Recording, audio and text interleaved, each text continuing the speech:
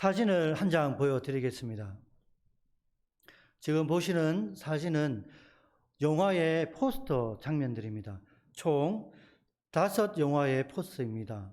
공통점이 있습니다. 미국 영화입니다. 그리고 또 한 공통점이 있습니다. 대통령이 나오고 경호원이 나옵니다. 모두가 미국 영화이고 대통령과 경호원의 관계 속에 일어나는 소위 말하는 액션물입니다. 대통령이 큰 위기에 처했을 때 대통령을 지켜주는 사람들, 그 사람들이 경호원들이었습니다. 오늘 저는 이 영화의 소재처럼 우리가 뭔가 지켜야 한다는 사명을 받았다. 우리는 뭔가 지켜야 하는 사람들이다 라는 주제로 말씀을 나누고자 합니다. 오늘 우리가 읽었던 본문 14절을 보면 바울이 디모데에게 무언가 지켜라 라고 명령하고 있습니다. 14절을 한번 보겠습니다. 다 같이 읽겠습니다. 내게 부탁한 아름다운 것을 지키라. 굉장히 단순한 말 같습니다. 그런데 바울이 부탁한 그것이 무엇인지 우리는 알아야 됩니다. 바울과 디모데는 잘 알고 있을 것입니다. 지금까지 그들이 대화했던 내용, 무슨 주제로 얘기를 했든지 그 내용을 말하고 있는 것입니다. 사도 바울은 디모데에게 아주 중요한 것들을 많이 언급했습니다. 그러면서 부탁한 것이 있는데 그것이 아름답다고 말합니다. 그리고 그것을 꼭 지키기를 바랬습니다. 이 단어 지키다라는 단어가 경호하다 할 때 경호원들이 대통령을 지키다 하는 단어와 일맥상통합니다. 다시 말해서 바울은 디모데에게 자신이 부탁한 것을 자신의 목숨처럼 지키기를 바랬던 것입니다. 그것은 바로 하나님의 복음입니다. 하나님의 말씀, 그것을 자신의 목숨과 바꿀 수 있을 정도로 지켜나가기를 원했던 것입니다. 그래서 저는 오늘 이 본문 말씀 속에 과연 시대를 초월하여 하나님은 이 시대에 우리에게 무엇을 원하시는지 한번 살펴보겠습니다. 방금 영화의 포스터 장면을 보면 대통령이 굉장히 큰 권위를 가졌습니다. 미국의 대통령이라 하면 세상의 최고의 권위자입니다. 그럼에도 불구하고 이들을 지키는 자들이 있습니다. 이 대통령을 지키는 이 경호원들은 대통령을 대신해서 총을 맞기도 하고 그리고 자신의 생명을 다 헌신합니다. 실제로 경호원 중에는 많은 사람들이 희생을 당합니다. 왜? 대통령을 보호하기 위해서입니다. 대통령의 안위를 지키기 위해서 자신의 목숨을 내어놓는 것입니다. 그들은 자신의 생명, 자신의 미래, 자신의 그 무엇보다도 대통령을 더 가치로운 존재로 생각하고 있는 것입니다. 이것이 지키는 사람들의 모습입니다. 그런데 바울 역시 오늘 우리에게 그리고 디모데에게 이런 마음으로 뭔가를 지키라고 했습니다. 하나님의 복음. 과연 하나님의 복음은 어떤 가치가 있겠습니까? 초대교회 당시 수많은 믿음의 선진들, 소위 말하는 그리스도인이라고 불렸던 수많은 사람들은 하나님의 말씀 때문에 고난을 당했습니다. 하나님 말씀 때문에 순교를 당했습니다. 고통 가운데에 죽어갔습니다. 그들이 자신의 목숨을 내어버릴 만큼 하나님의 말씀을 귀중하게 여겼습니다. 그 시대에는 그것이 하나님의 영광이라고 봤습니다. 그런데 시대를 초월하여 오늘 우리는 하나님의 복음, 하나님의 말씀을 정말 나의 생명보다 귀하게 생각하고 있는가? 하나님 앞에 한번 드려지는 이 예배를 정말 세상과도 바꿀 수 없는 최고의 가치로운 시간으로 여겨지고 있는가? 한번 생각해 봐야 됩니다. 초대교회는 지금보다 훨씬 더 힘들고 어려운 시대였습니다. 교회라고 해도 많은 사람들이 모여서 지금처럼 이렇게 예배 드린 것은 아닙니다. 특별히 환난과 핍박을 당한 지역에는 숨어서 예배를 드리고 무덤에서 예배를 드리고 자신의 안위를 내어놓고 예배를 드렸습니다. 그런데 지금은 어떻습니까? 비록 코로나19라는 어려운 상황이지만 예배를 드리고 싶으면 마음껏 예배를 드릴 수 있고 기도를 할 수 있습니다. 그런데 오늘날 내 안에는 그리스도의 생명, 그리스도의 말씀이 능력이 되고 있는가? 만약 그렇지 못한다면 우리는 세상의 것을 바라보고 교회의 것을 바라보는 것이 아니라 먼저 하나님의 것을 바라보며 우리 자신을 하나님 앞에 나아갈 줄 믿습니다. 신앙이라는 것은 공동체가 하나님 앞에 다 같이 모여 예배를 드리지만 은혜라는 것은 하나님이 우리 개개인에게 부어주시는 것입니다. 개개인에게 때에 맞는 그 말씀으로 위로를 해주시고 때로는 책망도 해주십니다. 똑같은 예배 시간이지만 어떤 분은 위로를 받고 어떤 분은 깨닫게 되고 어떤 분은 책망을 받습니다. 이것이 하나님의 은혜입니다. 하나님께 말씀으로 혼난다 해가지고 그것은 하나님의 심판이 아닙니다. 하나님께 혼나는 것도 은혜입니다. 왜냐하면 하나님은 혼냄을 통해서 우리가 하나님 안에서 바른 길을 인도하시기 때문에 그렇습니다. 사랑하는 부모가 자녀에게 회초리를 드는 것은 사랑이 있기 때문에 그렇습니다. 자녀가 잘 되기를 원하시기 때문에 회초리를 드는 것입니다. 마찬가지입니다. 하나님도 때로는 우리에게 회초리를 들 때 그것은 우리가 잘 되기를 원하는 아버지의 마음, 어머니의 마음으로 우리를 혼내는 것입니다. 그렇기에 하나님 앞에 서 있는 것 자체, 하나님의 응답을 받는 그 자체, 그것은 하나님의 축복이자 은혜임을 믿으시기 바랍니다. 오늘 본문을 잠시 살펴보겠습니다. 오늘 본문은 바울이 디모데에게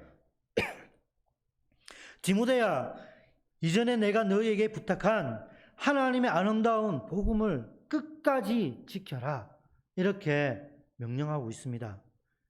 이 복음, 하나님의 말씀을 지키는 것은 너무너무 힘든 것입니다. 초대교회 당시 특별히 에베소 교회 안에는 거짓 교사들이 많이 있었습니다.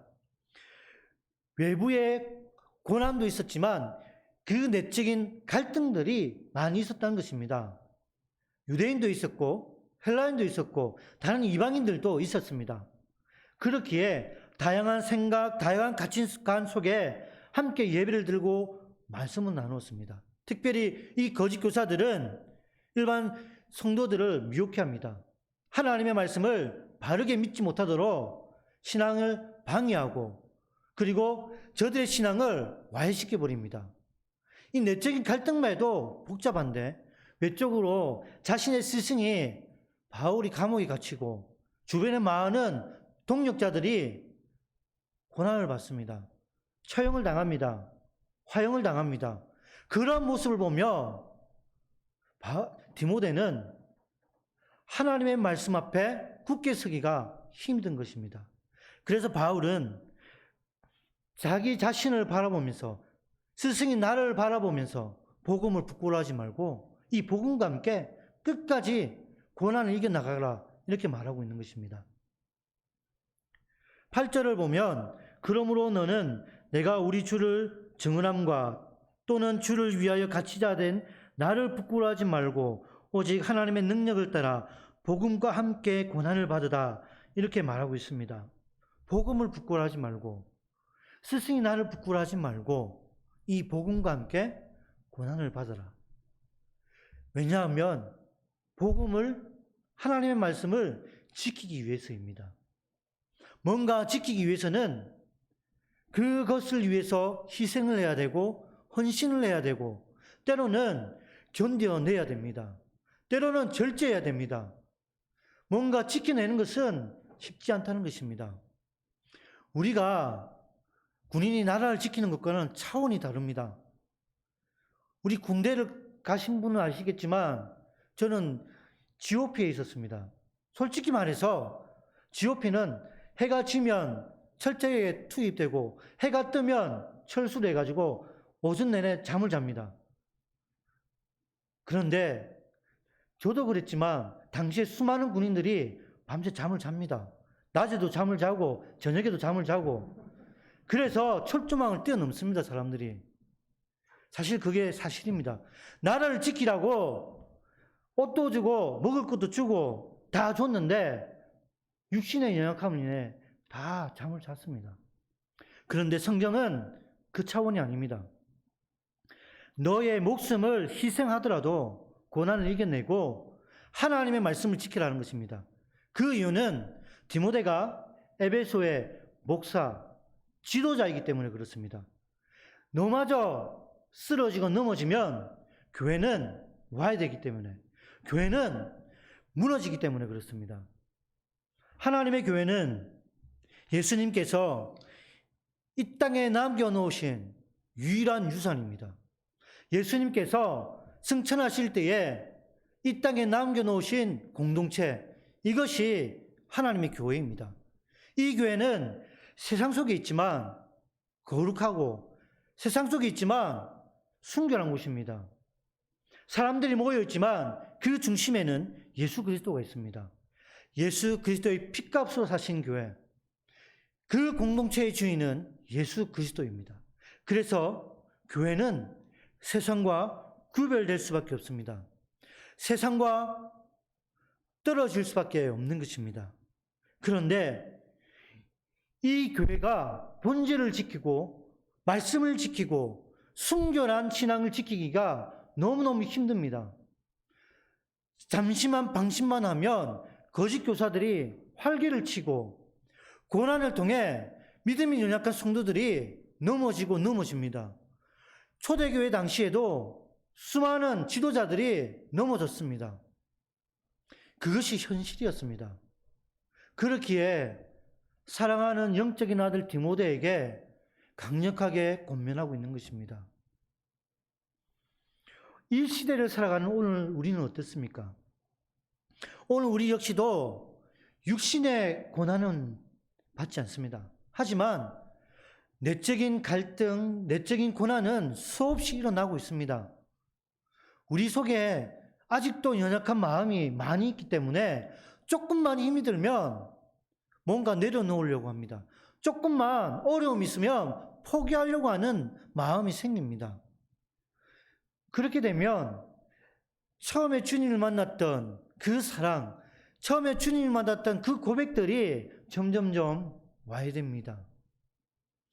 우리가 처음에 주님을 믿었을 때 배고파도 감사할 수 있었고, 추워도 예배당에 와서 예배드리고 기도하는 것이 기쁨이 있었고 즐거워했습니다. 그런데 어느 순간 교회가 추우면 원망하게 되고 뭔가 마음에 들지 않으면 불평하게 됩니다. 이것이 연약한 우리의 마음입니다. 교회가 하나님의 말씀을 지키고 순결한 신앙을 지키기 위해서는 날마다 우리의 마음속에 하나님의 말씀이 흥황하여 넘쳐야 됩니다. 하나님의 말씀이 우리의 주인이 되어야 됩니다. 우리가 뭔가 되기 위해서 금식하고 열심히 기도하는 것 중요합니다. 그러나 하나님의 말씀이 날마다 내 속에 넘쳐날 수 있도록, 하나님의 진리가 내 능력이 되도록 기도하는 것도 아주 중요합니다. 저와 여러분이 우리 교회를 기도할 때 우리 교회가 좋은 시설, 많은 성도 정말 중요합니다. 그러나 우리 교회가 신앙의 본질을 잃어버리지 않고 순결한 신앙을 끝까지 유지하고 고난이 있더라도 모두가 하나된 마음으로 서로 기도할 수 있는 교회, 진리의 말씀 따라 순종할 수 있는 교회, 이런 교회가 되게 해달라고 기도해야 됩니다. 저는 한 번씩 고민합니다. 한국 교회가 예전에는 힘들고 어려웠지만 정말 기도했고 많은 사람들이 교회를 다니기를 원했고 교회가 급성장했습니다. 그때는 교회 교사들로 하여금 주일학교 학생들이 많은 변화들이 일어났습니다. 근데 그 시절에 어느 학자가 분석을 했습니다. 이 교사들의 학력을 보니까 지금과는 너무 비교되지 않습니다. 제 어머니가 다녔던 그 초등부 시절에는 이 교사 선생님들이 초등학교 나오지 못한 글자를 겨우겨우 읽는 분들이 많이 있었다고 합니다. 이분들이 교사로 세웠지만 자신이 성경책도 겨우 읽기 때문에 할 수 있는 게 기도밖에 없었답니다. 할 수 있는 게 10시간, 20시간 말씀 읽고 또 읽고 또 읽고 그렇게 준비하고 했답니다. 지금 보면 너무나 열악하고 너무 부족한 교사들의 실력이었습니다. 그러나 그때 한국 교회 안에는 많은 변화들이 일어났습니다. 전도만 하면 사람들이 교회로 옵니다. 기도하자면 사람들이 교회로 몰려들었습니다. 기도하면 많은 일들이 일어났습니다. 그런데 수십 년이 지난 이 시대는 어떻습니까? 서점만 가면 성경과 관련된 수많은 책들을 쉽게 접할 수 있습니다. 유튜브만 보면 엄청난 많은 자료들을 얻을 수 있습니다. 그런데 오늘날 교회가 처해진 현실은 어떻습니까? 전도를 해도 되지 않습니다. 기도를 하자 해도 잘 모이지 않습니다. 요즘 사람들이 교회를 선택하는 기준, 여러분이 생각하는 기준과 비슷합니다. 시설, 분위기, 그리고 여건, 심지어 주차장, 이런 외적인 요인들을 많이 뽑고 있습니다. 그러나 우리 부산 북교회, 우리 성도님들은 그런 요인이 아니라 우리 교회는 기도하는 교회, 말씀 붙드는 교회, 하나님이 주신 사명에 자신의 모든 것들을 내려놓을 수 있는 교회, 그런 순전한 믿음 있는 교회가 될 수 있는 그런 성도, 그런 교회가 될 수 있도록 함께 기도했으면 좋겠습니다. 하나님은 이런 교회를 통해 일하십니다. 바울은 생각만 하면 기쁜 자신의 영적인 아들 디모데를 생각합니다. 생각만 하면 기쁘다고 합니다. 그런데 그 아들이 걱정이 되는 것입니다. 넘어지지 않을까? 타협하지 않을까? 하나님 앞에 변질되지 않을까? 이런 걱정을 하고 있는 것입니다. 그런 걱정 가운데 권면하고 기도를 합니다. 우리 성도들을 함께 돌아보면서 병든 분들, 아픈 분들, 여러 가지 어려운 분들을 위해 기도합니다. 그러나 또 한 가지, 우리 서로가 함께 고난을 이겨나갈 수 있도록, 함께 하나님 안에서 신앙의 성숙을 이뤄나갈 수 있도록, 순결한 신앙을 지닐 수 있도록 서로 중보하는 교회, 그것을 위해 함께 눈물을 흘릴 수 있는 교회, 그런 교사들이 될 수 있도록 우리가 함께 기도했으면 좋겠습니다. 우리는 하나님의 놀라운 직분을 받은 사명자입니다. 대통령을 경호하기 위해서는 엄청난 실력이 있어야 됩니다. 신체도 중요하고 여러 가지 자질을 갖춰야 됩니다. 하지만 하나님의 복음을 지키는, 하나님의 말씀을 지키는 우리는 어떻습니까? 세상 사람들보다 너무너무 부족합니다. 그러나 하나님은 우리에게 교회를 지킬 수 있도록, 하나님의 복음을 지킬 수 있도록 우리를 부르셨습니다. 우리를 교사로 부르시고 우리를 집사로, 권사로, 장로로 세워주셨습니다. 우리의 연약함을 아시는 하나님께서 우리에게 기대하는 것, 그것은 우리의 마음입니다. 우리의 마음을 드리고 정성을 드리고 맡겨진 그 직분에 최선을 다할 때 우리 한 사람 한 사람을 통해 생명이 일어나고 변화가 일어나고 내일에 대한 기대가 일어나게 될 것입니다. 한 그릇이 있습니다. 종이컵 안에 엄청난 귀중한 보물이 담겨져 있습니다. 그 보물은 너무너무 비쌉니다. 가격으로 따질 수 없을 만큼 귀한 보물입니다. 그러나 종이컵은 50원도 채하지 않는 종이컵입니다. 그 종이컵에 귀한 보석이 담겨 있으면 그 종이컵을 버릴 사람은 아무도 없습니다. 유리컵에 엄청난 큰 다이아몬드가 있습니다. 유리컵은 더럽고 지저분하고 보잘것없어 보입니다. 그러나 그 컵에 다이아몬드가 담겨져 있으면 그 유리컵을 버릴 사람은 아무도 없을 겁니다. 우리의 교회가 그렇습니다. 시설이 부족하고 보잘것없어도 세상에 가장 가치로운 하나님의 복음이 이곳에 있으면 세상 그 누구도 이 교회를 해치지 못합니다. 세상 그 누구도 이 교회를 조롱할 수 없습니다. 왜냐하면 이곳에는 세상과 바꿀 수 없는 그리스도의 십자가의 은혜가 있고 생명이 있고 복음의 능력이 있기 때문에 그렇습니다. 우리는 날마다 복음의 능력을 경험하는 하나님의 자녀이고 예배자입니다. 우리의 정체성, 우리의 자존감이 어디에 있습니까? 바로 그리스도에 있습니다. 우리의 정체성, 이 그리스도, 이 하나님은 우리에게 가장 귀중하고 성결한 것들을 맡겨주셨습니다. 그것들을 지켜나가기 위해 매일매일 기도하는 저와 여러분이 되기를 소원합니다. 말씀을 정리하겠습니다. 비록 우리는 연약하고 부족하지만 우리는 하나님의 부르심을 받은 하나님의 청지기입니다.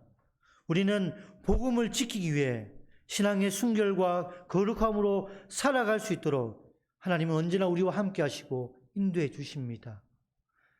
우리의 마음이 세상을 향하지 않고 온전히 하나님만 향할 수 있도록 매일매일 거룩한 삶을 살아갈 수 있도록 부르시는 저와 여러분이 되기를 간절히 소원합니다. 우리 교회는 세상을 자랑하는 교회, 건물을 자랑하는 교회가 아니라 하나님만 자랑하고 사람들이 우리 교회에 왔을 때에 세상이 보이지 않고 그리스도만 보이는 그런 교회가 되기를 간절히 소원합니다.